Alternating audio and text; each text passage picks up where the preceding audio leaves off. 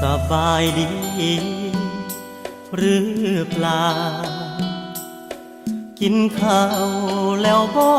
คนดีอยากรู้คนอยู่ทางโน้นยังคิดทอดคนทางนี้อยากฟังถ้อยคำหวานๆเดิมๆซ้ำเก่าฝากฟังมือความกัน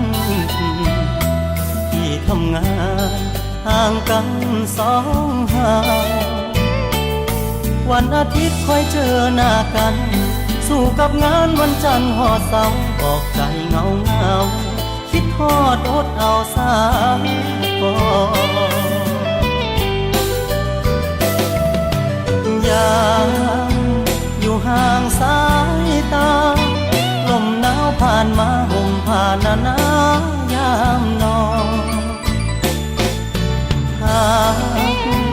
จึงเป็นห่วงฝันเห็นหน้าเฝ้าตื่นขึ้นมากลับมองย่างเล่นในฝันนำกันสากอนเก็บรักษาสัญญาของเฮาเอาไว้กดเบอร์โทรคนคิดฮอดเที่ยวไม่ยอดเก็บพักเติมใจเพื่อไว้สู้รอยความอ้างว้างเติมวันนี้ให้มีความหมายอยากได้แรงใจกักตุนไว้ใช้ยามไกลกัน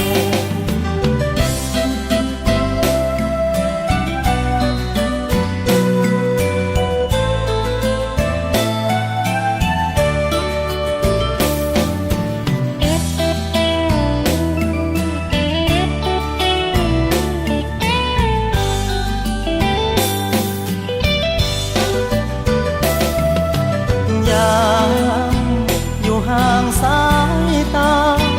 ลมหนาวผ่านมาห่มผ่านหนายามนอนหากจึงเป็นห่วงฝันเห็นหน้าเฝ้าตื่นขึ้นมากลับมองย่างเล่นในฝันนำกันสากอนเก็บรักษาสัญญาของเฮาเอาไว้กดเบอร์โทรคนคิดฮอดเที่ยวไม่ยอดเก็บพักเติมใจเพื่อไว้สู้รอยความอ้างว้าง